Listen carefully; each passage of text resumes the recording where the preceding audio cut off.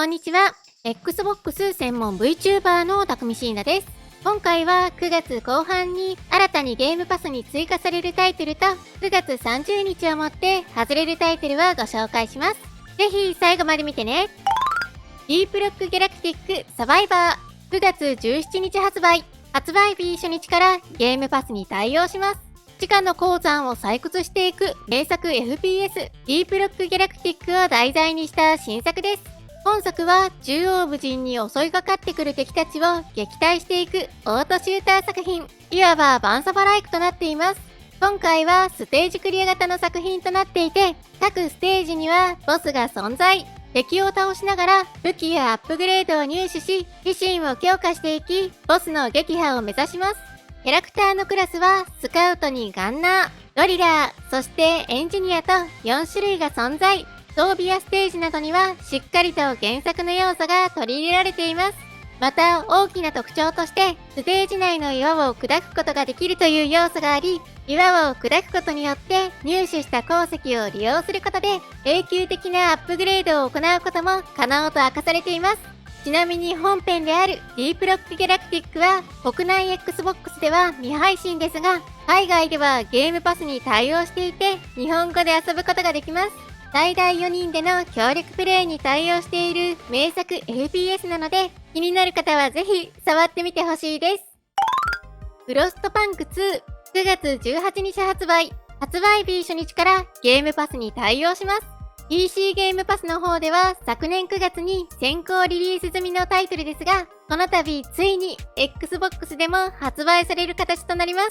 本作は大雪が支配する極寒の地を舞台にしたサバイバルゲームです。プレイヤーは大都市のリーダーとして資源や物資を集めて都市を運営し成長させていくことに。一方で住民たちの中では複数の派閥が存在。どの派閥と仲良くするかを選択し、時には冷酷な判断を下す必要もあるといった内容になっています。また前作と比べると UI が改良され、より操作しやすくなっているとのことです。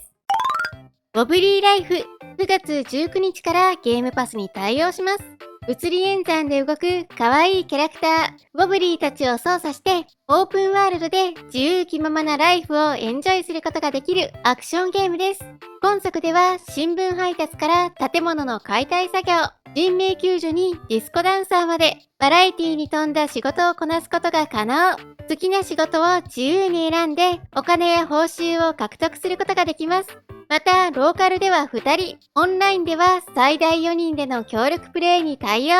フレンドと一緒に島での生活を満喫することができます。ハデス9月19日からゲームパスに対応します。3年前の8月をもってゲームパスから外れていましたが、今回再度追加される形となりました。2020年にゲームオブザイヤーを受賞したギリシャ神話をモチーフにしたローグライクアクションゲームですね。本作では冥界から脱出するために様々な試練に立ち向かっていくことになります。気持ちいい操作性とスピード感で爽快なアクションを楽しめる作品ですね。まさに今月、スイッチでは続編のハデス2が発売されるってタイミングで前作がゲームパスで遊べるようになりますね。今作まだ未プレイだったという方はゲームパスで触ってみてはいかがでしょうか。エンドレスレジェンド2、9月22日発売。発売日初日から PC ゲームパスに対応します。本作は多様な勢力を率いて壮大な帝国を築き上げていくターン制のストラテジーゲームです。潮の満ち引きや災害によってマップの地形が常に変化していくというシステムを取り入れており、勢力ごとに固有のユニットが存在しているのも特徴となっています。なお発売時点ではまずはゲームプレビュー版という形でのリリースとなります。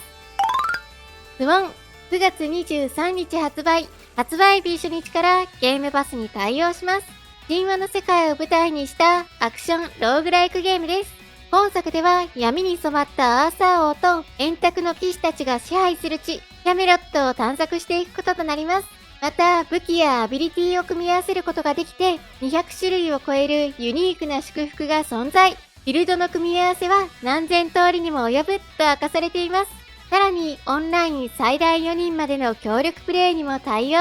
一人でもフレンドとも一緒に楽しむことができる作品になっているとのことです。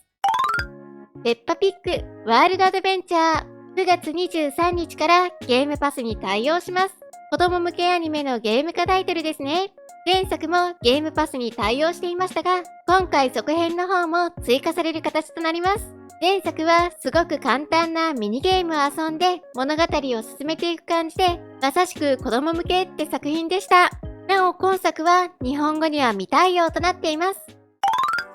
聖剣伝説ビジョンズ・オブ・マナ。9月25日からゲームパスに対応します。昨年家庭用ゲーム機向けとしては18年ぶりの発売となった聖剣シリーズ最新作ですね。原点回帰した王道ファンタジー RPG として作られている今作では、愛をテーマに聖剣とマナをめぐる物語が描かれています。彩り豊かで広大なセミオープンフィールドを特徴としていて、数々のギミックや可愛くも恐ろしいモンスターたちが待ち受けていて、精霊の力を借りてスピード感あふれる立体的なバトルを楽しむことが可能。また5人のプレイヤブルキャラクターから好きな3人を選んでパーティーを編成することができ、戦闘中は操作キャラの切り替えを自由に行えるようにもなっていて、空中を使ったコンボや魔法など立体的なアクションを利用したテンポのいいバトルを楽しむことができます。国産タイトルの追加は TGS ブロードキャストでの発表になるかと思っていましたが、通常の形式での発表となりましたね。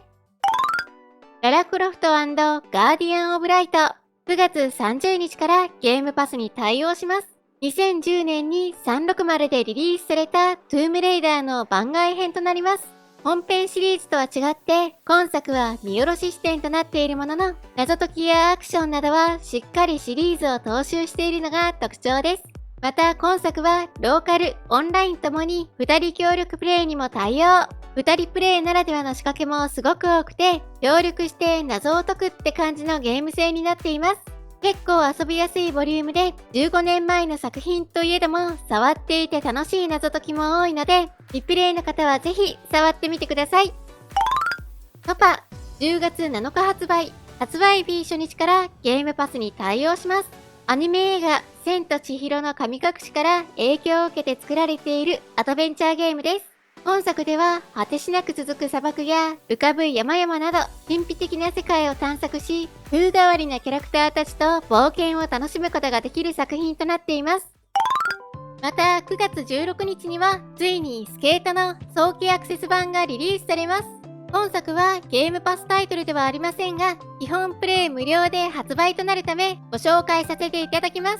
Xbox 360でリリースされたスケート3以来、実に15年ぶりとなるシリーズ最新作となります。本作はオンラインプレイ専用タイトルとなり、1サーバーあたり最大150人のプレイヤーが参加可能。また、クロスプラットフォームに対応し、多機種の方とも遊ぶことができます。舞台は4つのエリアで構成された架空の都市。巨大なオープンワールド内でスケボースポットを見つけたり、ミッションやチャレンジに挑んだりなど、自由なプレイを楽しむことができます。なんといっても前作3は日本語未対応でしたが、最新作は日本語で遊べるって点が嬉しいですね。スケートゲームの中では本シリーズが一番好きなので期待しています。基本プレイ無料なので皆様もぜひ触ってみてはいかがでしょうか。ここからは9月30日をもってゲームパスから外れるタイトルをご紹介します。今回、忍者ガイデンシグマ、忍者ガイデンシグマ2、そして忍者ガイデン 3RE が終了となります。忍者ガ4の発売目前に3タイトルがまとめて外れる形となりますね。正直、Xbox ではシグマシリーズではなく本家忍者ガシリーズが遊べますし、今年1月にリリースされた2ブラックがゲームパスに対応しているため、無理にシグマシリーズを選ぶ必要性は薄いかなと思います。ただ3作目に関しては、今回外れる 3RE のリマスター版が忍者ガ3の中では一番まともに遊べる作品なので、3作目は遊んでいないって方や、元々の3でめちゃくちゃがっかりしたって方には 3RE を触ってみてはとは思います。軟骨も気持ちいいです。あと、竜がめっちゃ喋る点は違和感がすごいですが、ストーリー自体は個人的には結構好きな作品でもあります。4の前に触っておきたいって方はぜひ。ということで今回は9月後半に新たにゲームパスに追加されるタイトルと、9月30日をもって外れるタイトルをご紹介しました。私のチャンネルでは今後も Xbox の最新情報や製品紹介、レビューを行っていきます。よかったらチャンネル登録と高評価していただけるとすごく嬉しいです。X の方でも情報発信しているのでフォローしてね。それではまた次回の動画でお会いしましょう。またねー。